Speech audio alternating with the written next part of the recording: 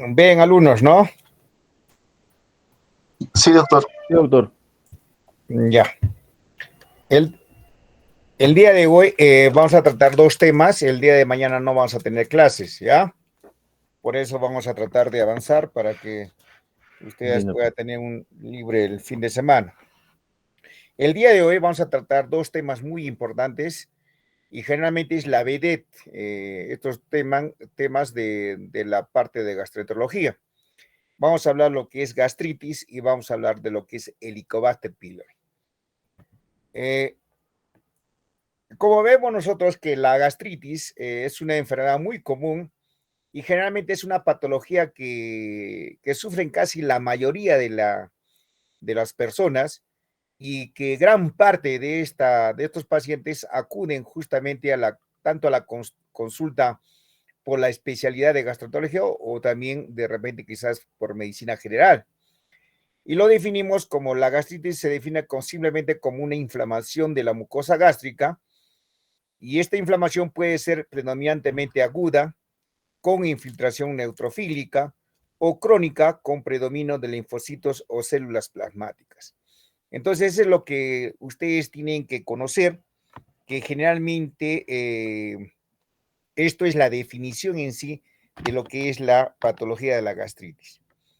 La gastritis se puede definir tanto en gastritis aguda como también en gastritis crónica, y vamos a tratar lo que es la gastritis aguda. La gastritis aguda es un proceso inflamatorio, así como dice, agudo, de la mucosa generalmente de tipo transitorio.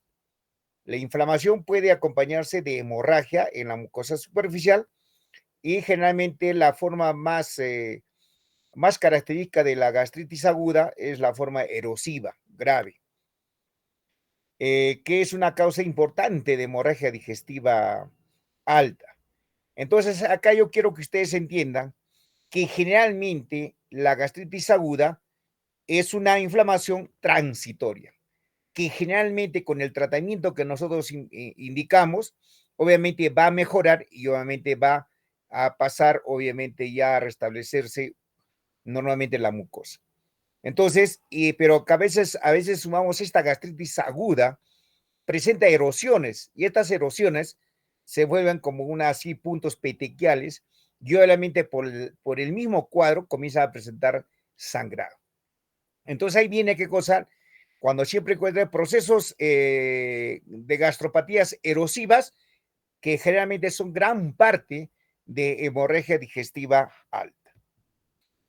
La clasificación basada en criterios etiológicos para lo que es la gastritis generalmente aguda, de acuerdo a las evaluaciones etiológicas endoscópicas y patológicas referidas, se están progresivamente llegando a estudiar, definir y evaluar cada vez mejor el espectro de los cuadros de gastritis, clasificándose de acuerdo a estos factores en tres categorías.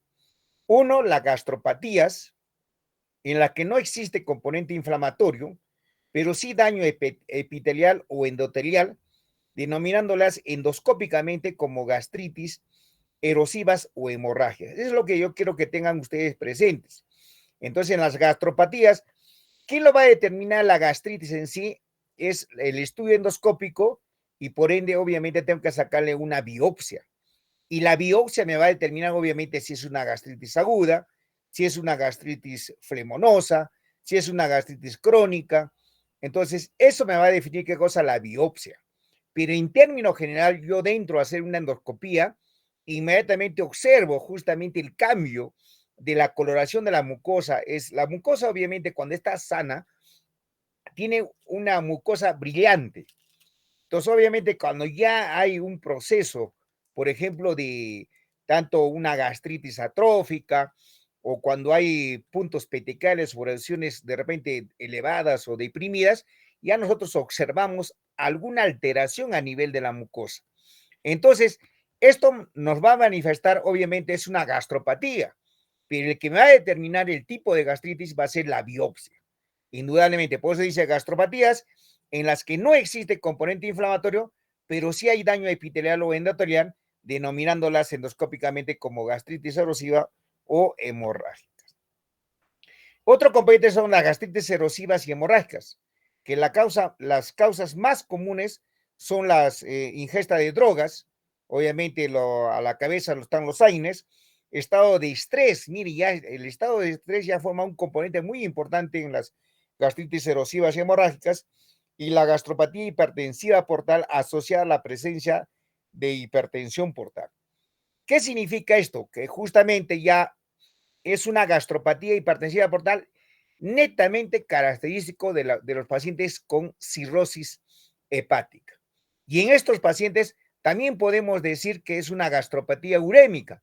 Claro que sí, porque obviamente en un paciente cirrótico, nosotros vemos qué cosa, que los valores de la urea, o en los pacientes también con pacientes que entran ya en procesos con hemodiálisis, entonces, en esos pacientes, por la insuficiencia renal crónica ya de estadio 5, obviamente van a presentar por esta retención de la urea una característica que va a ser la gastropatía urémica. Entonces, mucho cuidado, son términos muy diferentes. Entonces, siempre cuando hablamos de gastropatía hipertensiva portal, siempre está asociada a la hipertensión portal y por ende a la cirrosis hepática. Ahora, otro grupo del grupo de las drogas, que son más frecuentes los AINES, como hemos hablado, esto va a causar una injuria gástrica por los mecanismos de acción tanto local como sistémica producido producto del efecto de los AINES. En lo que respecta a la gastritis no erosivas y no específicas, en las que en algunos casos son endoscópicamente normales, pero histológicamente se demuestra componente inflamatorio. Eso en las gastritis no erosivas y no específicas. En las gastritis no erosivas o no específicas, la causa más prevalente son las infecciones relacionadas al Helicobacter pylori, que ustedes tienen que saber y conocer. Y en mucho menor prevalencia están obviamente la gastritis de tipo autoinmune, biliar, linfocítica y las no específicas. Y miren la característica acá con el pulsor, obviamente en forma de nódulos, ¿no? Forma de nódulos como empedrado de la mucosa. Cuando vean esta característica de una mucosa macronodular, empedrado, todo, es característico netamente de una gastritis, pero producto de la infección del Helicobacter pylori. Entonces, es lo que yo quiero que ustedes sepan y también tengan como referencia esto. Acá vienen otro tipo de gastritis de tipo específico ya, en la que existe allá hallazgos histológicos específicos. Y esto incluye un grupo variado de entidades o procesos como infecciones bacterianas, infecciones virales, infecciones parasitarias y micóticas, como también gastritis granulomatosas, gastritis colagenósticas, gastritis eosinofílicas, gastropatías hipertróficas, gastritis urémica, como ya hemos mencionado anteriormente. Entonces, para eso ya ustedes tienen que tener en consideración que están dentro de las gastritis de tipo específico. ¿Y cuál es la patogenia? Obviamente, en lo que es la gastritis aguda, el daño de la mucosa gástrica generalmente va a depender del tiempo de permanencia del factor o factores injuriantes. Claro que sí, jugando un rol muy importante en la capacidad que tiene justamente la mucosa a través de la denominada barrera gástrica para resistir a estos factores o los efectos deleterios de sus propias secreciones. Entonces, una barrera generalmente que nosotros tenemos en el estómago, muy aparte es el bicarbonato y el moco, que justamente van a combatir la acidez, las injurias de todo este tipo de que nosotros puedan de repente quizás producir daño a nivel de la mucosa. Entonces, acá nosotros queremos que ustedes más tengan mucho conocimiento en lo que hay factores obviamente injuriantes y factores defensores de la mucosa gástrica, que posteriormente lo vamos a tratar de revisar. La barrera gástrica generalmente está constituida por componentes preepiteliales, epiteliales y subepiteliales. Y generalmente la patógeno de estas lesiones es mal conocida, parte de que los mecanismos normales para la protección de la mucosa gástrica no son claras, por ende que la gastritis aguda se asocia frecuentemente ¿a qué? Una es al consumo abusivo de AINES, especialmente la aspirina, que generalmente forma parte de este cuadro de un, obviamente, agente agresor a la mucosa gástrica. Y generalmente la aspirina acetilada, la COX-1, la COX-2, ya vienen los conocimientos. Obviamente van a vender medicamentos, ¿no? O por ejemplo, dicen, ¿no? Son medicamentos, por ejemplo, que calman el dolor, pero generalmente tienen un efecto COX-1 o COX-2. Pero gran parte de los AINES que se venden ahora, el ETO, sexo, generalmente son antiinflamatorios que generalmente actúan a nivel de la COX-2. Entonces, no causan muchas erosiones a nivel de la mucosa gástrica. Por eso es importante a veces el mercado farmacológico que te venden en gran cantidad, por ejemplo, el uso del ibuprofeno, naproxeno, obviamente tienen un efecto generalmente al que más efecto de COX-1. Entonces, generalmente el COX-2 ya cuesta más caro y obviamente tiene un efecto menos agresivo de la mucosa. Se piensa que la COX-2 es la vía más importante de la respuesta inflamatoria, puesto que la COX-2 es inducida por la citoquina, mientras que la COX-1 no, generalmente, ¿no? La inhibición de la COX-2 por la aspirina deprime la producción tanto de las prostaglandinas de la serie D, E y F.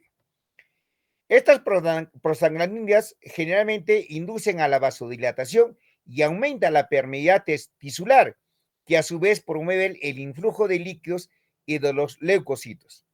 Estos fenómenos, ¿qué van a hacer? Van a favorecer la aparición de los síntomas clásicos de la inflamación, el edema, el rubor, el calor y el dolor. Entonces, por eso es muy importante justamente lo que es la inhibición de la COX-2, obviamente con lo que inducen estas prostaglandinas que van a inducir la vasodilatación. Obviamente van a aumentar la permeabilidad tisular, que es lo más importante.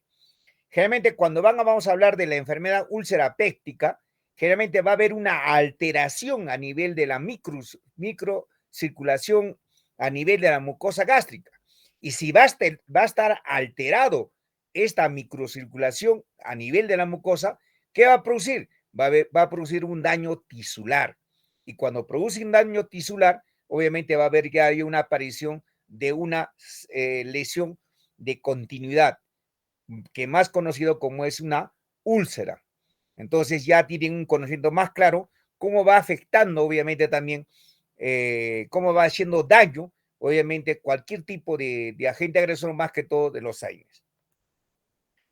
Acá viene otro factor agresor, que es el tabaquismo intenso. El fumar es un mal hábito, claro que sí, pero que también afecta generalmente a la gastritis, ya que la nicotina contiene tabaco e incrementa la producción del ácido clorhídrico y favoreciendo así la aparición de la gastritis crónica. Miren, ya es un agente que está relacionado ya con la aparición de una gastritis crónica.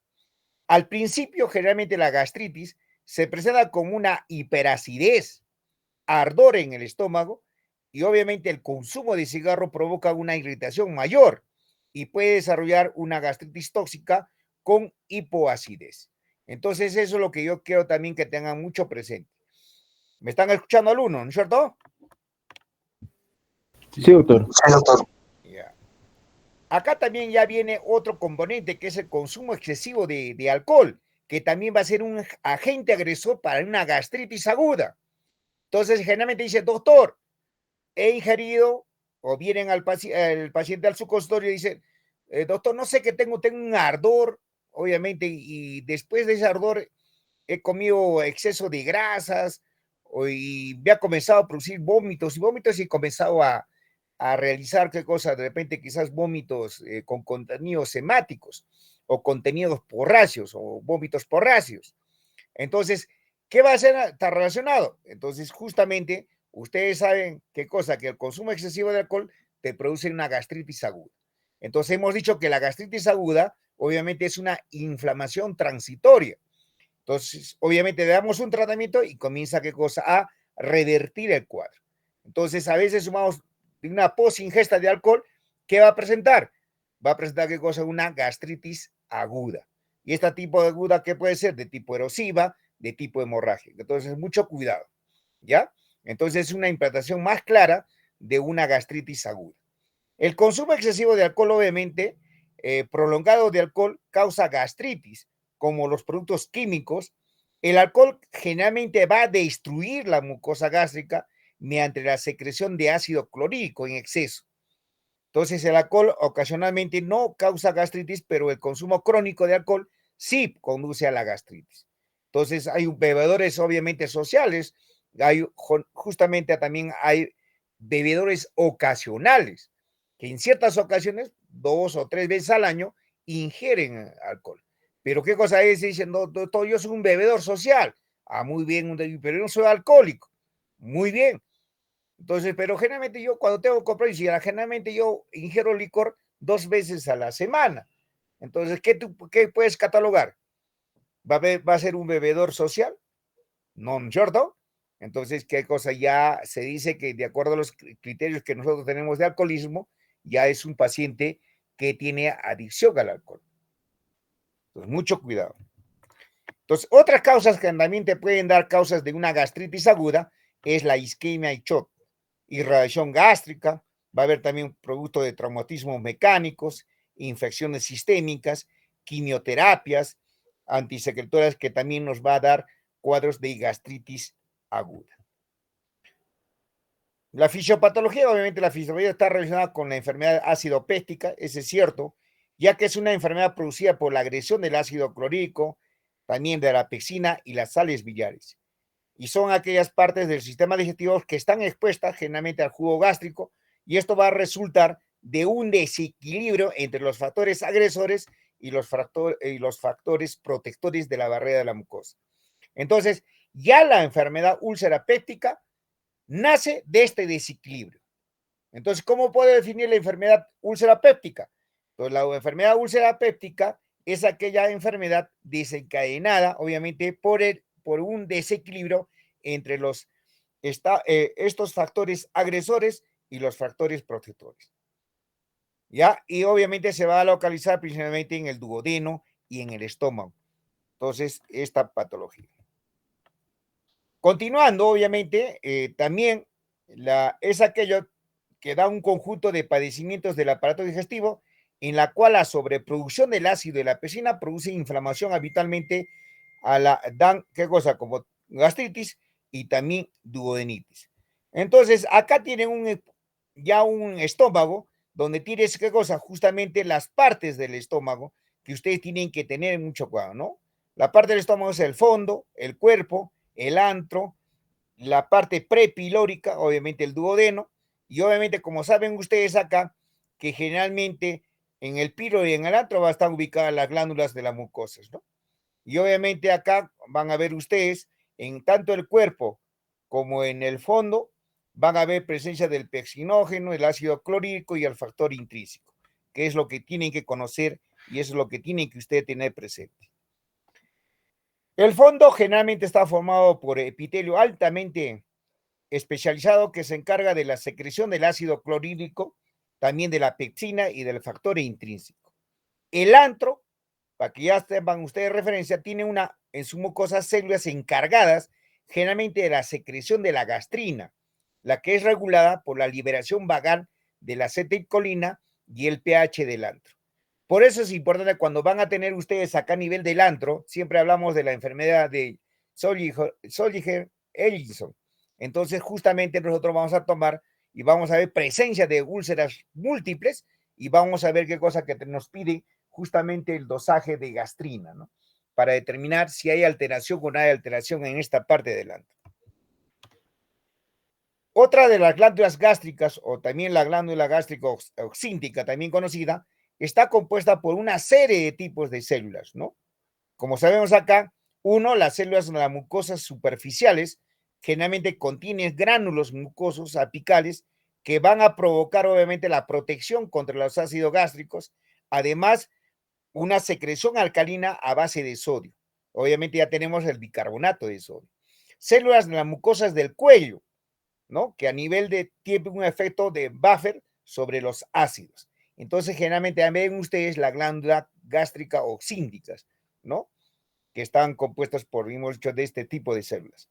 Generalmente en la gastritis, este tipo de células están disminuidas y no hay una buena protección contra los ácidos, tanto del estómago y obviamente van a provocar una inflamación.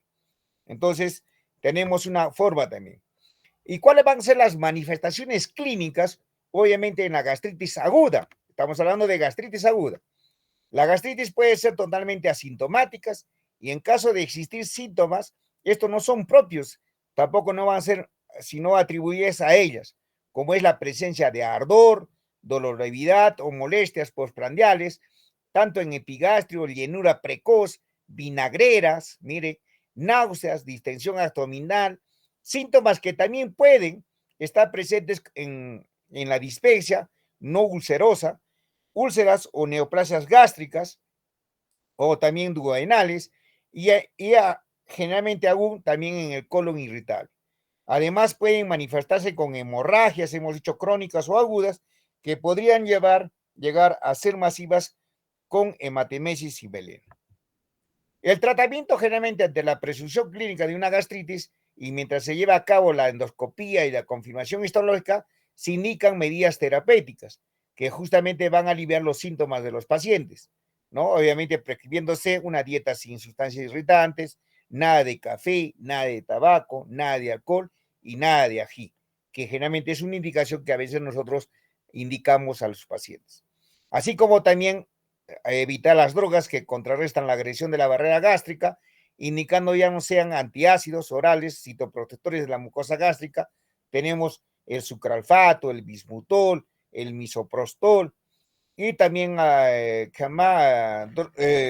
algunas antagonistas de los receptores H2, como qué cosa, la ranitidina, la cimetidina, ¿no? La famotidina también, que son inhibidores de la bomba de protones, también obviamente a todos los que son el omeprazol y derivados, y obviamente los isómeros, y a los que pueden añadir también gastrocinéticos.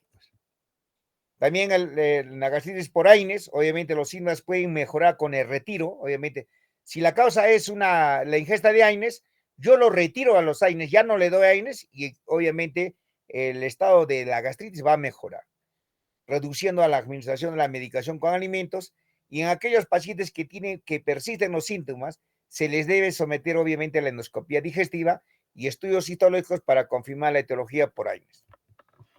Acá vienen ustedes al tratamiento de farmacológico, que es el omeprazol, que realmente el omeprazol permite que el esófago cicatrice y previene más daños esofágicos. También se utiliza para tratar, obviamente, las diferentes afecciones que el estómago produce demasiado ácido.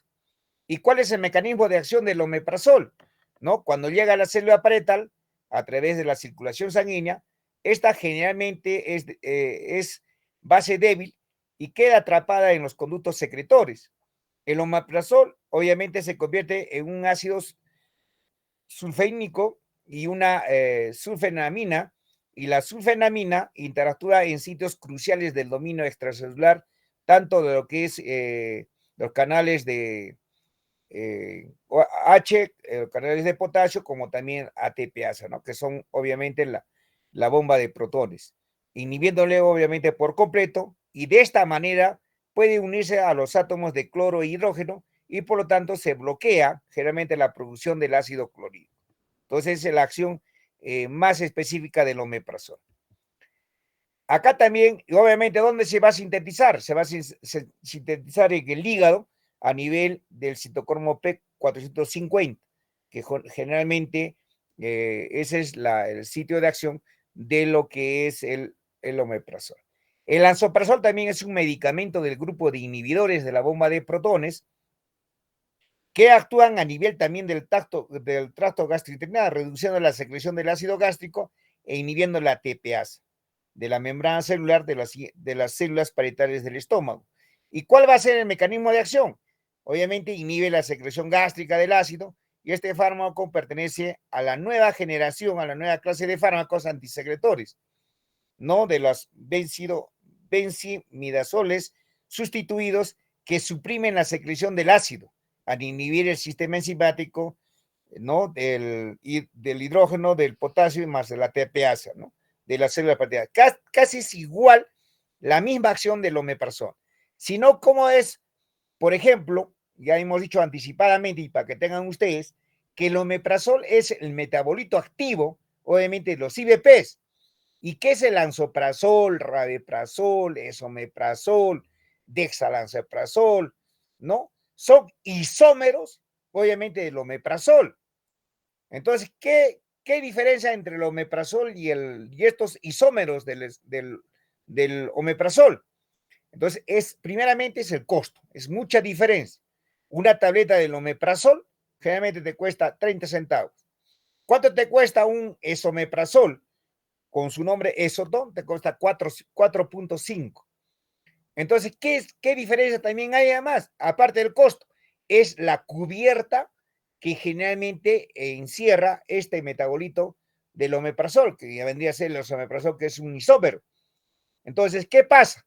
De que por la acción del omeprazol, hemos dicho nosotros, que generalmente no se va a metabolizar, realmente no va a llegar la misma cantidad de concentración al hígado y va a llegar en número reducido, ¿no? Generalmente de 20 a 30%, mientras con el esomeprazol, ¿no? Que es una droga, obviamente, que tiene una buena cubierta, entonces va a llegar va a ser, de repente quizás va a ser menos agresivo, no se puede destruir en el estómago por la acción de los diferentes ácidos y obviamente va a llegar a una mayor concentración al hígado. Llega a más del 50, 60, hasta 70%. Y por eso es el costo generalmente más alto de los isómeros del omeprazol, ¿no? Del lansoprazol, rabeprazol, esomeprazol, pantoprazol, etc. Entonces, esa es la gran diferencia que se tiene con estos productos. Y acá viene lo que es otro tema, lo que es la gastritis crónica. Entonces, la gastritis crónica se define como la presencia ya de alteraciones inflamatorias crónicas de la mucosa que producen finalmente atrofia. A la larga, esta gastritis crónica va a producir atrofia gástrica. De la misma y puede producir qué cosa? Metaplasia epitelial, que normalmente en ausencia de no va a haber erosiones, pero ya te está produciendo una metaplasia epitelial. Generalmente las alteraciones epiteliales pueden llegar a ser displasias, claro que sí, y van a constituir una base para el desarrollo de los carcinomas. Entonces, mucho cuidado. Entonces, la gastritis crónica, si persiste, obviamente este cuadro, se puede producir una metaplasia y la metaplasia puede producir una displasia y la displasia puede producir a un cáncer in situ, cáncer avanzado. Entonces, por eso es importante que cosa justamente la gastritis crónica. Por tanto, la gastritis crónica es notable por diferentes subgrupos etiológicos localizados de la enfermedad del estómago, a nivel del antro y a nivel del cuerpo corporal. La patogenia, generalmente están principalmente asociadas a los diferentes cuadros etiológicos de la gastritis crónica, que son las siguientes. Puede ser inmunológica, asociada a anemia perniciosa, puede ser a una infección crónica, especialmente por el Helicobacter pylori, puede ser debido a tóxicas o toxinas como el consumo de alcohol y tabaquismo, puede ser que cosas secundarias a un proceso postquirúrgico, especialmente tras una antrectomía duodenal de bilis, ¿no? Puede ser también por procesos granulomatosos, por ejemplo, la enfermedad de Crohn. Entonces, todas estas entidades, a la larga, te pueden ser partícipes para que te den un cuadro de una gastritis crónica. Y acá hay que tener esa diferencia y eso es lo que quiero que ustedes tengan muy presente estos conocimientos bien claros y es pregunta de examen. Hay dos amplias categorías de gastritis crónica. La gastritis crónica de tipo A y la gastritis crónica de tipo B. La de tipo A generalmente implica difusamente, afecta al fondo del estómago, pero generalmente no afecta al antro, solamente afecta al fondo. Es comúnmente un desorden del envejecimiento y afecta aproximadamente generalmente el 20% de la población mayor de 65 años. Generalmente se asocia a una anemia perniciosa. Entonces, generalmente, este de tipo A es una gastritis eminentemente inmunitaria, ¿ya? Inmunitaria. Entonces, no afecta al antro, sino afecta netamente, ¿qué cosa? Al fondo. Pregunta de examen. Y acá viene, ¿qué cosa? Lo que es la gastritis crónica tipo B, que afecta principalmente el antro del estómago, pero implica después a las porciones más próximas, que representan aproximadamente el 80% de la gastritis crónica. Y siempre esta gastritis de tipo B va a estar asociada justamente a lo que es la presencia del Helicobacter pylori. Entonces, ¿cuál es la causa principalmente de la gastritis crónica? Se ha determinado que es el Helicobacter pylori. El Helicobacter pylori es un bacilo espiralado, gran negativo, microaerofílico y flagelado. Tiene movilidad y no esporulado, con potente actividad ureásica y que generalmente va a catalizar la hidrólisis de la urea en amonio y en CO2. Además, va a colonizar generalmente la mucosa gástrica a las áreas del metaplasma gástrico. Entonces, por eso es muy importante justamente esta bacteria del Helicobacter pylori. Entre las principales características de la bacteria se encuentra ¿qué cosa? Penetra en la mucosa, alcanza el epitelio, miren, es pregunta de examen, penetra la mucosa, alcanza el epitelio, se adhiere por pseudópodos que la fijan y producen ¿qué cosa? Ureasa. Y que a su vez esta ureasa produce amonio y forma una capa protectora de álcali alrededor de la bacteria. Y esta obviamente va a elaborar citotoxinas vaculizantes del citoplasma celular y están asociadas a proteínas codificadas por el gen CAP-A. Generalmente acá tenemos ya CAP-A positivo y CAP-A negativo. La que tiene mayor efecto para que te produzca el cáncer es el CAP-A positivo. Esa es pregunta de examen. Entonces, más carcinogénico, ¿no? El gen CAP-A positivo es más carcinogénico que el CAP-A negativo. ¿Por qué? Porque va a producir lipopolisacaridasa de baja actividad biológica y esta se va a adaptar fácilmente al medio ácido y va a producir, ¿qué cosa? Una gastritis a tensión de oxígeno del estómago. Por eso es importante justamente esta consideración del Helicobacter pylori. Hay otros factores de riesgo, obviamente, son factores de riesgo para adquirir la infección por el Helicobacter pylori. La edad también es muy importante. A cuanto más edad, obviamente, mayor predisposición de qué cosa, de infección por el Helicobacter pylori. El Helicobacter pylori. También la raza también, ¿no? También tiene en consideración. El nivel socioeconómico, el abastecimiento de agua, el tabaquismo y la ubicación geográfica. Claro que sí. Generalmente, como van a ver ustedes en la revisión posteriormente del Helicobacter pylori, generalmente a nivel mundial, estamos hablando de a nivel mundial, casi el 50% de toda la población está infectada de Helicobacter pylori. ¿Ya? El 50%. Entonces, obviamente hay otras zonas que están con 80, 90% de infección. Obviamente acá en el Perú, ¿no? Estamos siempre oscilando entre el 50, más allá del 52%. Y generalmente acá en Puno, en la región de Puno, es un alrededor de 60-70% de infección del Helicobacter pylori. ¿Y debido a qué? Como saben ustedes, es a nivel socioeconómico y también al abastecimiento de agua. El abastecimiento de agua, tanto en Puno como en Juliaca, en cualquier sitio, no garantiza qué cosa, el abastecimiento de agua las 24 horas. Entonces, generalmente tenemos 2 horas, 3 horas, y obviamente, ¿qué cosa? Va a haber escasez de agua. Y esto va a ser, ¿qué cosa? De repente, quizás un factor muy importante para la infección del Helicobacter pylori. Obviamente, la vía de transmisión se puede adquirir la infección del Helicobacter por ingesta de agua contaminada, o puede haber también contacto interpersonal. Los medios de diagnóstico, obviamente, diagnóstico clínico, los niños con Helicobacter pylori pueden tener varias presentaciones clínicas que pueden ser asintomáticos, con dolor abdominal recurrente, puede haber dispepsia, puede haber vómito, hematemesis, obviamente, cuando ya hay una enfermedad úlcera péptica, úlceras duodenales o enteropatía perdedora de proteínas. Claro que sí. El diagnóstico médico, obviamente, el diagnóstico complementario incluye a través de la endoscopía y la biopsia. Puede haber qué cosa, pedir exámenes de cultivos, prueba de la ureasa, prueba del aliento, obviamente G sérica, ELISA, técnicas moleculares como hibridación, sondas marcadas, obviamente oligonucleótidos, el DNA específico y la secuencia de genes. Entonces, esto van a ser justamente como medios diagnósticos para lo que es el Helicobacter pylori, que posteriormente lo vamos a revisar.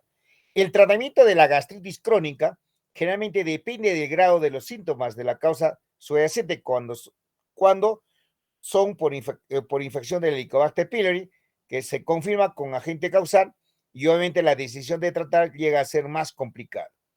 Generalmente se utiliza varios tipos de regímenes para tratar el Helicobacter pylori, que lo vamos a revisar, es con el omeprazol, conjuntamente con la amoxicilina o clarimetrina, y se alcanza generalmente con esta terapia, alcanzamos el 80 y el 85%, ¿no? Realmente da unos buenos resultados, ¿no? Con respecto. Vamos a revisar el siguiente tema de lo que es el Helicobacter pylori.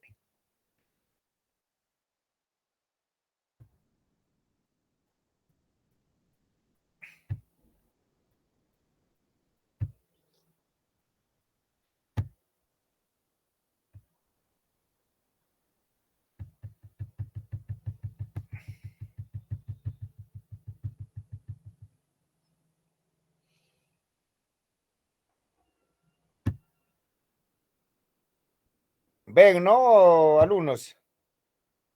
Sí, doctor.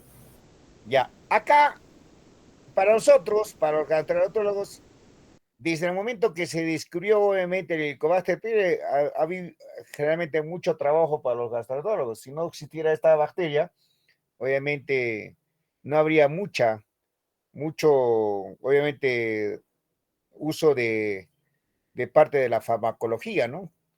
Entonces, productos farmacológicos. Entonces, han visto ustedes que generalmente todos padecemos de gastritis y todos a veces, gran parte, si más se dice que según los estudios estadísticos, casi más del 50% de toda la población mundial tienen obviamente este germen que se puede decir que es el Helicobacter pylori, ¿no?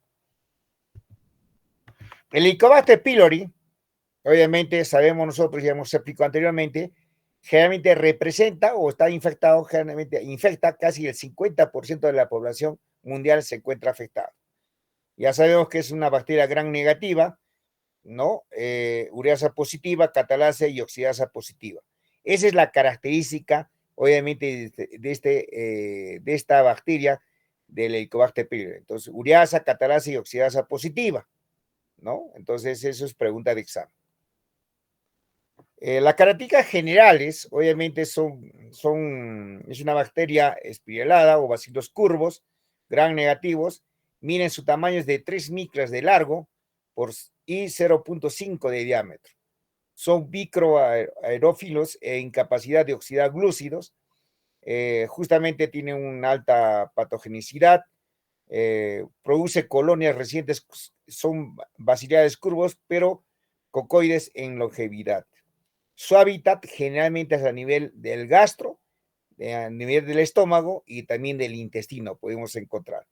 Para crecer, obviamente esta bacteria ocupa medios con sangre, suero, carbón y temperatura en intervalos de 30 a 37 grados centígrados y usa obviamente, ¿qué cosa? El hidrógeno y la metanogénesis que metabolizan los aminoácidos a través de las rutas alternativas. Como sabemos ustedes, catalasa también es ureasa es positiva. Los mecanismos de virulencia del Helicobacter pylori es qué cosa, a través de la ureasa, tiene una proteína del shock térmico, generalmente HSPB, proteína de inhibición del ácido, tienen flagelos de 4 a 6 flagelos, tiene aecinas, mucinasa, fosfolipasa, superóxido dismutasa, tiene catalasa y tiene una citosina de vacuolización. Entonces son los mecanismos de virulencia que es pregunta de examen justamente de la residencia, obviamente del ENAM, y obviamente qué cosa va a ser pregunta de examen para ustedes, alumnos, que tienen que saber, ¿no?, de diferentes características del mecanismo de virulencia. La patogenia, obviamente, produce una inhibición de la producción del ácido gástrico, claro que sí, produciendo una neutralización de los ácidos gástricos, El accionar de la ureasa obviamente va a incrementar por su coexpresiva HSPB. Obviamente la célula atraviesa la mucosidad gástrica y se pega a los epitelocitos, ¿no? Esa es su patogenia del Helicobacter pylori.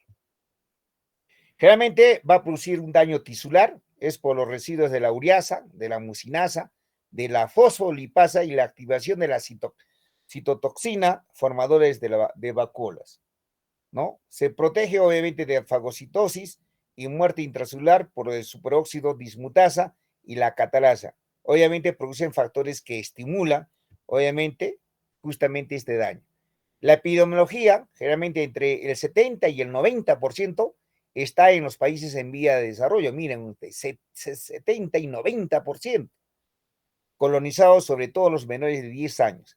Se dice que el país más cercano de acá es Bolivia, y generalmente tienen alrededor del 70% justamente de predominio por la infestación del Helicobacter pylori. Del 70 al 100% de los pacientes con úlcera gástrica, mira, gastritis, úlceras duodenales, están infectados por el Helicobacter pylori.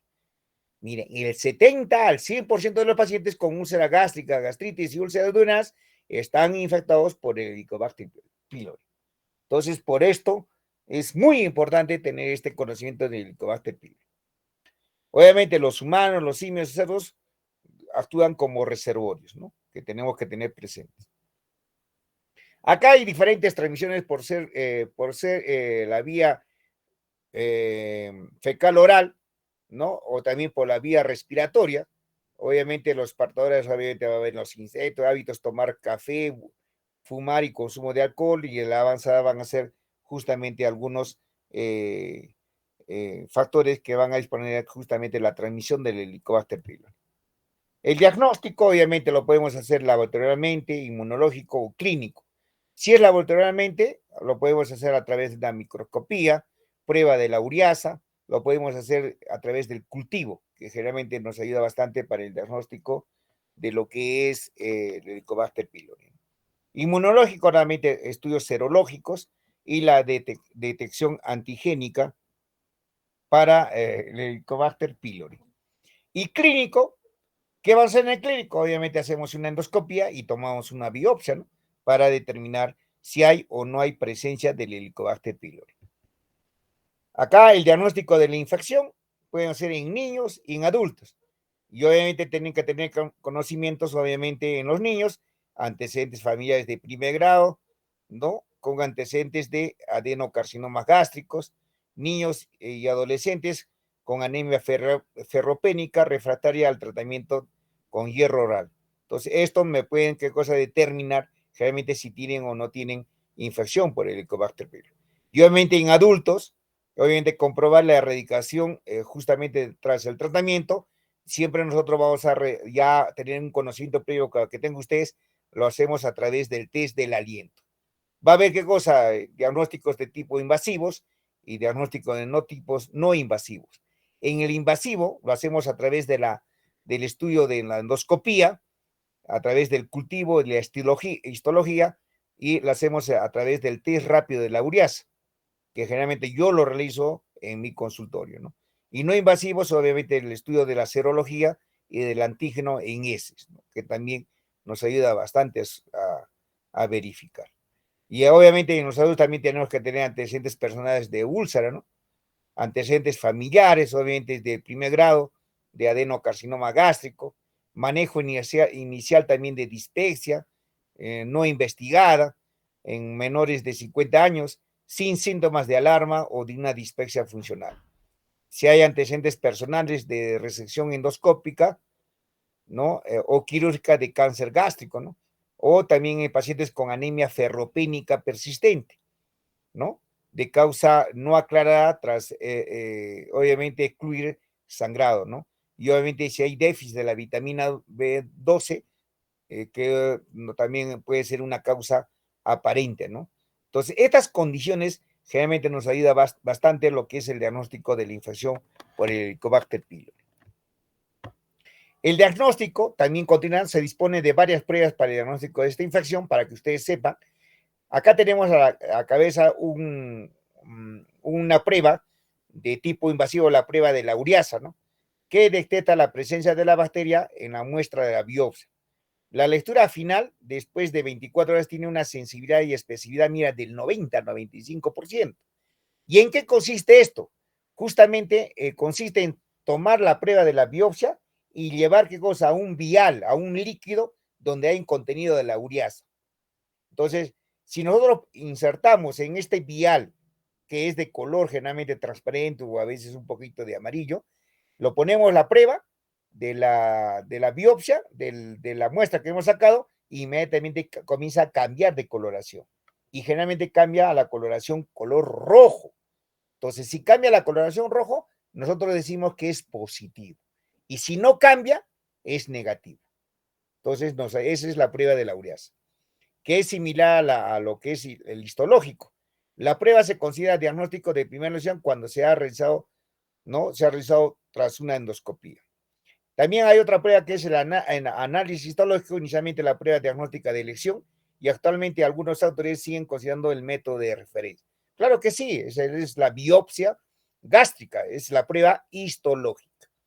Y el cultivo y el antibiograma sirve para conocer el patrón, generalmente la resistencia a antibióticos de una determinada cepa del Helicobacter pylori, sobre todo cuando falla el tratamiento erradicador del Helicobacter pylori. La prueba del aliento, que viene también, qué cosa hacer, una prueba generalmente no invasiva, y generalmente es el mejor test no invasivo para confirmar la erradicación tras el tratamiento para el Helicobacter pylori.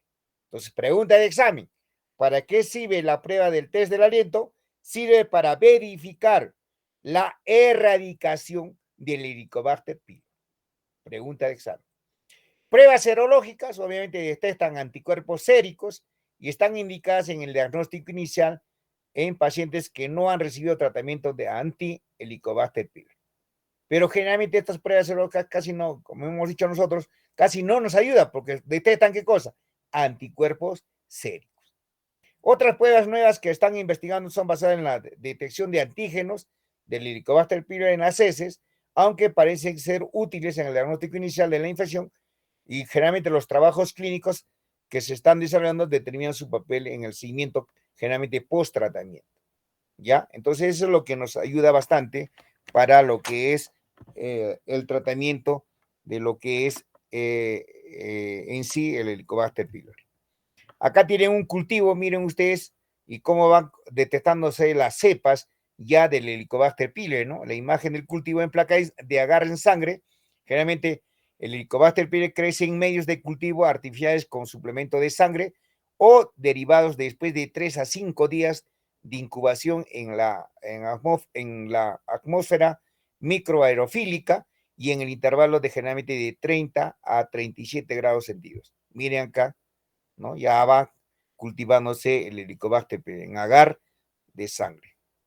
El tratamiento, como ven ustedes, va a ser inhibidor de la bomba de protones, omeprazol, lansoprazol, etcétera, antibióticos, la tetraciclina, metronidazol, etcétera, y también podemos utilizar antihistamínicos, la cimetidina, la nisatidina, etcétera, ¿no? Y la prevención, obviamente, acá vamos a ver ambiente limpio y lo más simple posible, libre de gérmenes. Obviamente la vacuna se encuentra actualmente en desarrollo y obviamente las enfermedades clínicas te van a producir, ¿qué cosa? La gastritis tipo B, como hemos mencionado anteriormente, ¿no? ¿Cuál es el agente etiológico? El Helicobacter pylori. Generalmente el Helicobacter pylori en la gastritis tipo B se van a localizar generalmente en el antro, generalmente en el antro, ¿no? Y los síntomas iniciales no eliminan la bacteria, obviamente. La inflamación es crónica, puede producir atrofia de la mucosa, factor de riesgo para el carcinoma gástrico, claro que sí, y son los síntomas mismos que la úlcera pectídica, ¿no? Acá también tienen ustedes ya en esta diapositiva que generalmente la úlcera gástrica péptica presenta síntomas, dolor abdominal, náuseas leves, eructos, regurgitación, va a haber distensión y llenura precoz, también sentir mucho hambre luego de haber comido, ¿no? Y obviamente que ahí viene el término de dispepsia o indigestión. Obviamente, a la larga, esto que puede producir cáncer gástrico, más común es el adenocarcinoma, más en hombres mayores de 40 años. Los síntomas son más tempranos, no solo produciendo la extensión de los gases y la flacidez, sino hay factores de riesgo como el tabaquismo, el alcoholismo. Miren, acá ya viene, pues cuando hablamos del cáncer gástrico, ya hablamos qué cosa del grupo sanguíneo, el paciente que tiene un grupo sanguíneo de tipo A, antecedentes familiares y aquellos cuadros de gastritis crónicas. Los signos y síntomas que pueden presentar de tipos avanzados en lo que es la infección por el Helicobacter pylori, dolor abdominal, miren, ya mal aliento, dificultad para deglutir, pérdida inconsciente de peso, va a haber vómitos con sangre, flatulencias, náuseas, llenura abdominal vaga. Y acá van a ver ustedes ya las manifestaciones clínicas, ¿no? Se desconoce en qué porcentaje de la gastritis generalmente asociada al Helicobacter pylori es sintomática y qué síntomas se les atribuye a esta, ¿no? Generalmente el dolor abdominal recurrente, ¿no? El DAR, que se dice del niño o dolor abdominal funcional, ocurre generalmente en el 10 al 15% de los cadáveres entre 5 y 14 años y tiene 3 patrones clínicos. Las manifestaciones generalmente en niños con infección del Helicobacter pylori. Va a haber qué cosa, dolor periumbilical de intensidad variable, síntomas pépticos y va a haber un dolor localizado en la parte inferior del abdomen con relación a veces con el estreñimiento. ¿Me están escuchando, alumnos, no es cierto? Sí, doctor. Y acá viene lo más importante, también puede haber, presenta síntomas pépticos, dolor localizado en la parte inferior del abdomen con estreñimiento, hemos dicho. Y acá lo que quiero que ustedes tengan en consideración, acá hay un estudio en España, se hizo un estudio endoscópico de 93 pacientes con dolor abdominal recurrente que demostró la existencia de esta infección en el 32% de ellos, miren, alto. Y por otra parte, muchos de los pacientes con dolor abdominal recurrente a los que se hace una endoscopía no tienen generalmente gastritis, aunque estos datos sugieren que el Helicobacter pylori puede estar ligado a la aparición del dolor abdominal recurrente. Generalmente, ¿qué cosa? En los niños. Este hecho no es aceptado únicamente, se ha demostrado la infección en pacientes rigurosamente asintomáticas en porcentajes similares a los observados en niños con dolor abdominal recurrente. En estudios realizados, obviamente, para valorar el posible relación entre la infección del Helicobacter pylori, gastritis antral, úlcera péptica y dolor abdominal recurrente, no existe ningún tipo de evidencia de asociación directa entre el Helicobacter pylori y el dolor abdominal recurrente. Por lo tanto, no es posible identificar a los niños con gastritis asociadas a la infección por la presentación clínica de esta sintomatología o por infectación del Helicobacter pylori. Acá también se han hecho unos trabajos muy importantes, ¿no? Obviamente unos consensos sobre lo que es el tratamiento del Helicobacter pylori, recomendación 1, ¿no? Y es una recomendación muy, muy fuerte, donde se ve qué cosa, cuál es el tratamiento óptimo para justamente para eliminar el Helicobacter pylori.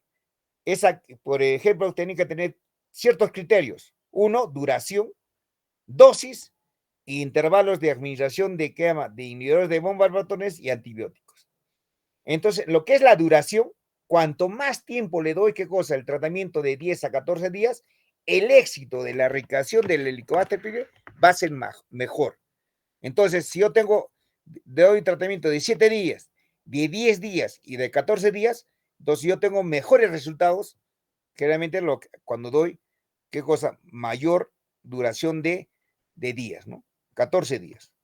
Entonces, es una recomendación tipo 1. Obviamente es una recomendación muy, muy, muy buena.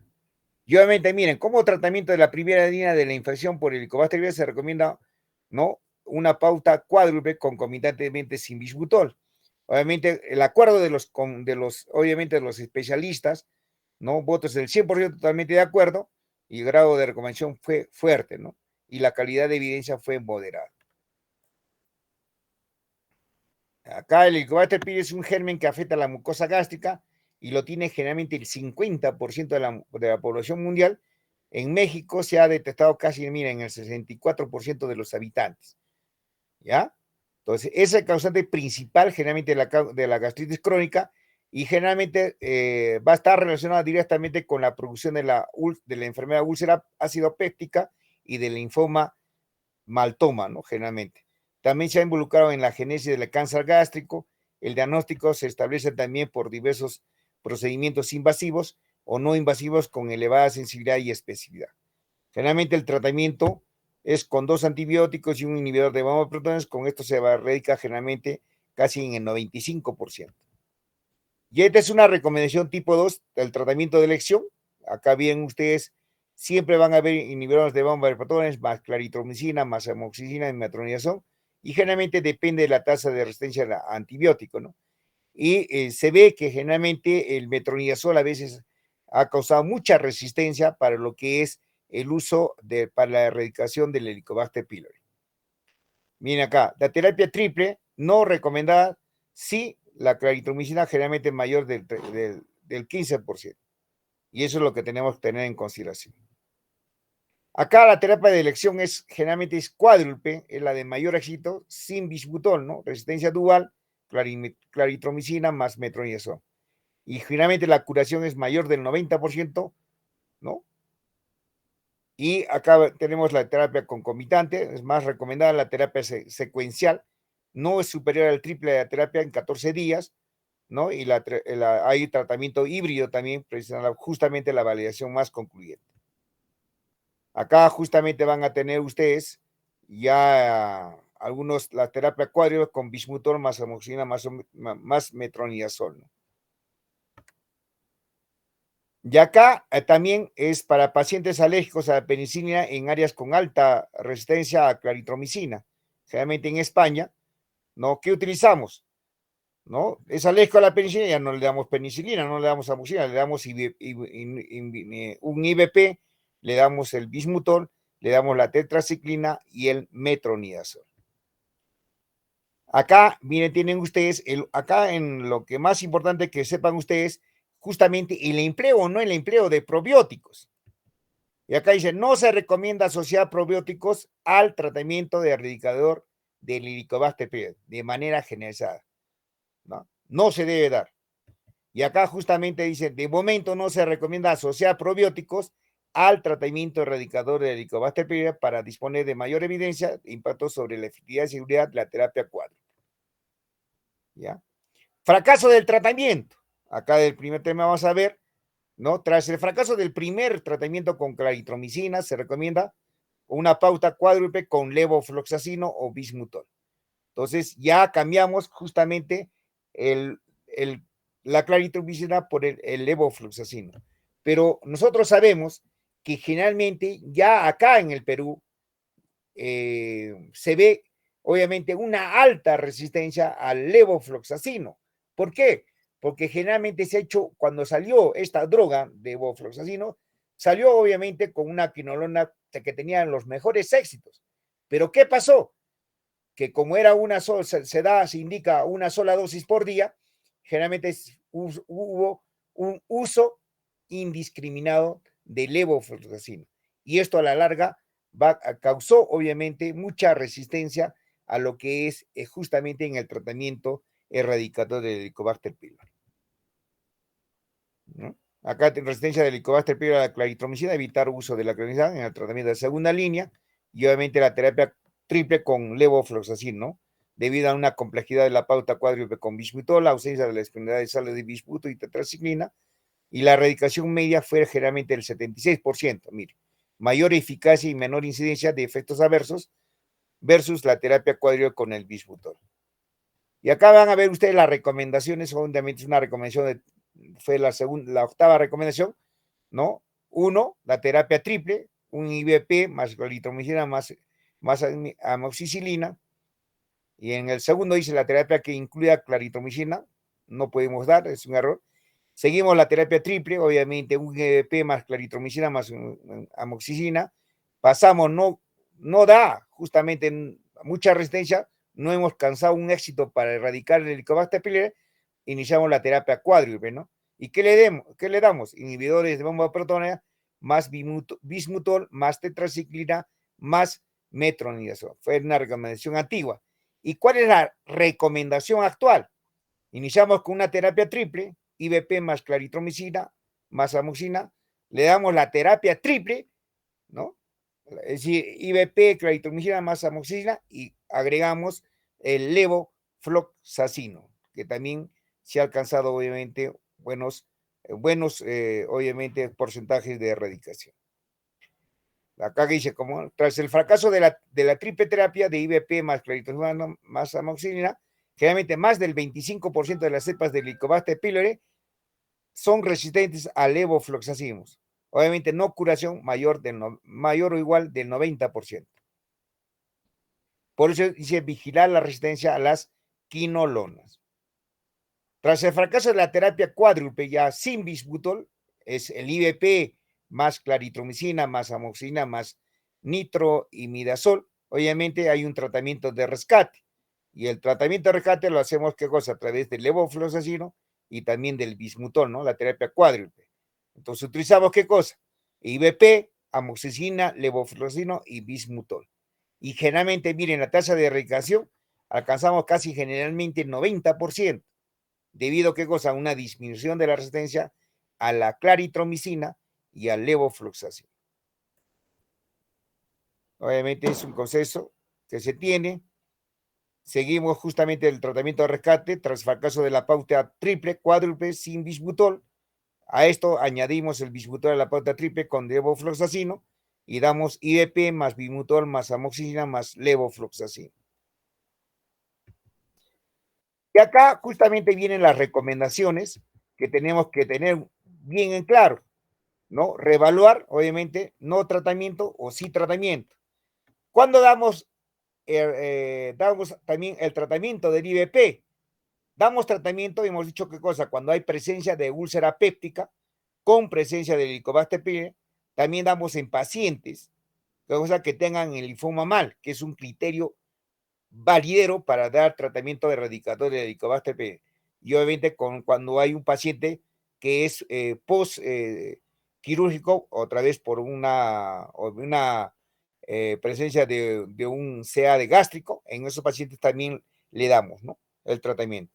¿Y qué le damos? El IVP más la mucina más la rifabutina, ¿no? La tasa de resistencia fue muy baja, generalmente 1.3%, ¿no? Pero qué cosa, hay que tener bastante cuidado con la reacción de adversas medicamentosas, ¿no? Que puede poner una mielotoxicidad, obviamente el hemograma tras finalizar el tratamiento. Mucho cuidado con eso. Y el tratamiento antisecretor posterior al tratamiento erradicador del Helicobacter pylori, obviamente se ve que generalmente es un grado de recomendación fuerte, ¿no? Dice obviamente dice el tratamiento erradicador sin mantenimiento posterior fue el 91%. Entonces, después que hemos dado el tratamiento para el Helicobacter pylori, ¿no? Si no damos justamente ese tratamiento erradicador, ¿no? Sin mantenimiento, el posterior, obviamente vamos a alcanzar el éxito del 91%.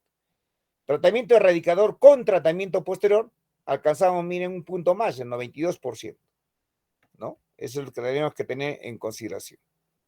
Y esto obviamente es la última recomendación, las úlceras gástricas mayores de 1 centímetro. Miren, eso lo que quiero que ustedes fijen.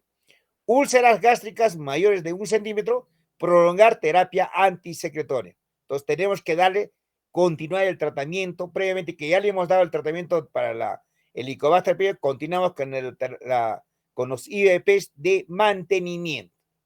Tras completar el tratamiento erradicador, obviamente hacemos una endoscopía de control, ¿no? Es un grado de recomendación fuerte, calidad de evidencia alta. Y obviamente acá también tenemos la úlcera péptica, es la primera causa de hemorragia digestiva, y obviamente el Helicobacter pylori asociada a la úlcera péptica es un factor etiológico principal de la enfermedad úlcera gastroduodenal. Y todos los pacientes con hemorragia digestiva evaluar la presencia del Helicobacter pylori y dar un tratamiento si existe la infección. ¿Y cuáles son las conclusiones que podemos nosotros concluir y tener presentes? Acá vienen justamente y las recomendaciones. 1. Actualmente se recomienda que un tratamiento erradicador sea considerado efectivo cuando sea capaz de curar, miren, la infección del Helicobacter pylori en un porcentaje próximo o preferentemente mayor del 90% de los pacientes. Es una recomendación y una conclusión válida. ¿Ya? Como tratamiento de primera línea de la infección por el Helicobacter pylori, se recomienda pautas cuádruples concomitantes sin bismuto, ¿no? Obviamente el IVP más claritromicina más amoxicilina más metronidazol, o también podemos considerar la etapa cuádruple con bismuto, es el IVP más bismuto más tetracyclina y metronidazol, que esta podría ser una alternativa como tratamiento erradicador de primera línea una vez su eficacia sea confirmada en nuestro medio. Otra recomendación, se recomienda que la duración, miren, la duración de la terapia cuádruple concomitante sin bismutol, IVP, claritromicina más tetracyclina y más metronidazol sea de 14 días. ¿No? Como quinto, se sugiere que la duración de la terapia cuádruple con bismuto, IVP, también más bismuto, más tetracyclina, sean de 10 a 14 días. Generalmente, en conclusión, 14 días de tratamiento. Con bismuto o sin bismuto, obviamente tenemos que dar 14 días. Acá otra conclusión y otra recomendación. En pacientes alérgicos a la penicilina, se recomienda el tratamiento de primera línea una pauta cuádruple con bismutol, es decir, IVP, bismuto, tetracyclina y metronidazol. No se recomienda asociar probióticos al tratamiento erradicador de manera generalizada. Claro que sí. Tras el fracaso de un primer tratamiento que incluya claritromicina triple o cuádruple, se recomienda una pauta con levofloxacino, preferentemente cuádruple, ¿no? IVP, amoxicilina, levo y bismutol. También tenemos otra alternativa, si es una terapia cuádruple con bismuto, ¿no? Utilizamos IVP, bismuto, tetracyclina y metronidazol. Ahora, otra conclusión, tras el fracaso de un primer tratamiento con una terapia cuádruple con bismuto, es decir, IVP, bismuto, tetracyclina y metronidazol, se recomienda una pauta triple o cuádruple con levofloxacino. Entonces, ¿qué le damos? IVP, le damos amoxicilina, le damos levo y le damos el bismuto. Entonces ya no incluye, ¿qué cosa? El metronidazol. Acá, tratamiento de rescate en pacientes, por ejemplo, que ya hemos dado de primera línea, segunda línea, tercera y cuarta, entonces ahí damos, ¿qué cosa? Un tratamiento de rescate con pacientes alérgicos a la penicilina. ¿Cuál es el tratamiento?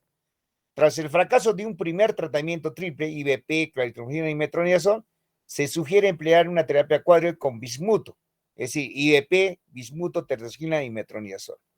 Ahora, tras el otro fracaso de un primer tratamiento cuádruple con bismuto, se sugiere una terapia con IVP, levo y claritromicina. Entonces, para esto siempre hablamos, obviamente, tras el fracaso de un primer tratamiento con claritromicina y una segunda línea con levofloxacino, se recomienda un tratamiento cuádruple con bismuto, es IVP, bismuto, tetracyclina y metronidazol. Entonces, generalmente son las diferentes conclusiones que podemos determinar y tener claro este tratamiento efectivo para lo que es el Helicobacter pylori, ¿no? Igualito como dice acá, ¿no? Tras el fracaso de un tercer tratamiento, se sugiere reevaluar cuidadosamente la necesidad de erradicar la infección y en su caso pautar una cuarta línea con rifabutina. Ya tenemos el IVP, amoxicilina y la rifabutina. Ya sería qué cosa, ya es un tratamiento de cuarta línea ya actualizado.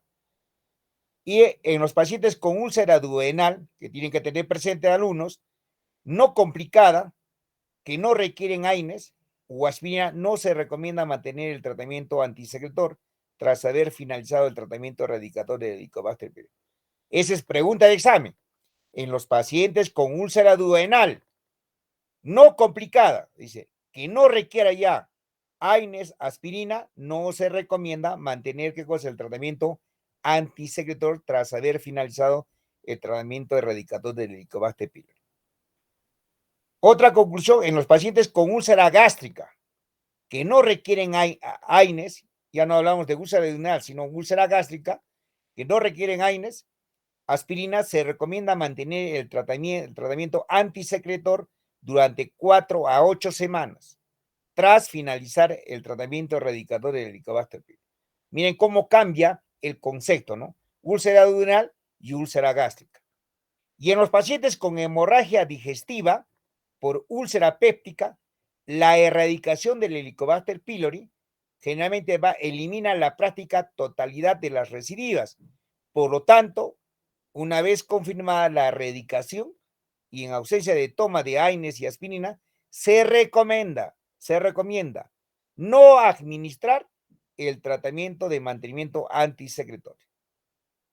Esos son puntos claves que ustedes tienen que tener presentes.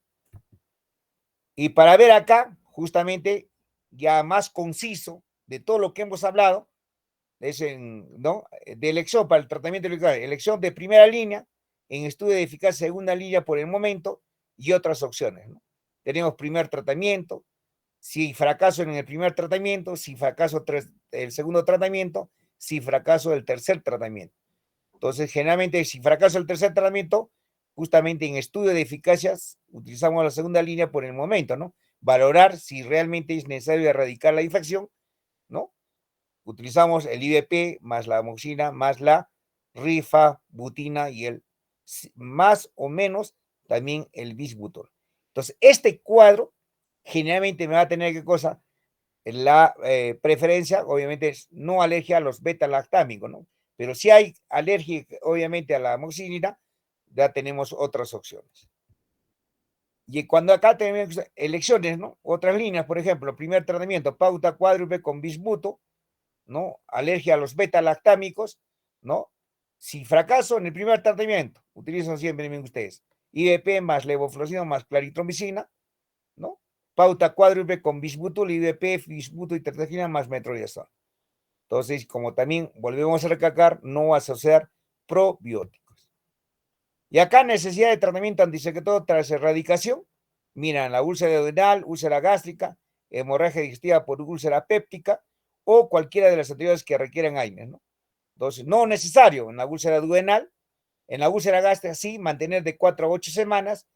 En la hemorragia digestiva por úlcera péptica, no necesario mantener la terapia antisecretoria. Y en cualquiera de los anteriores que requieran AINES o aspirina, mantener durante el tratamiento con AINES y con el ácido acetil salicílico. Y acá vean ustedes también los fármacos, dosis, duración de los tratamientos erradicadores para la infección del Helicobacter pylori. Tratamiento, fármacos, aquí está la posología y la duración, ¿no? Terapia cuádruple con bisbutol, sin bisbutol, terapia cuádruple con bisbutol clásica, terapia cuádruple con levofloxacino y bismutol, terapia triple con levofloxacino y terapia triple con rifabutin. Entonces, todos estos cuadros son ya cuadros y terapias actualizadas que en el momento se utilizan, ¿ya? Y esto es un pequeño flujograma que solamente tenerle como referencia. Y esto sería todo con respecto a los dos temas que hemos querido presentar para que ustedes tengan un mejor conocimiento tanto de la parte de la gastritis como también del Helicobacter pylori. Si ustedes dominan, obviamente, esta parte, más que todo, de los tratamientos erradicadores de primera línea, segunda línea, tercera línea, cuarta línea, de rescate, etcétera, obviamente solamente es para que ustedes tengan conocimiento. Realmente que sepan ustedes de primera línea, segunda línea, tercera línea y cuarta línea, nada más, ¿no? Y a lo otro tratamiento secuencial, individualizado, obviamente de rescate, ya eso lo hace el gastroenterólogo, ¿no? Para mejor fineza que tengan ustedes. Entonces, alumnos, vamos al azar, obviamente vas a tomar lista y esperemos de repente quizás que el día jueves de la próxima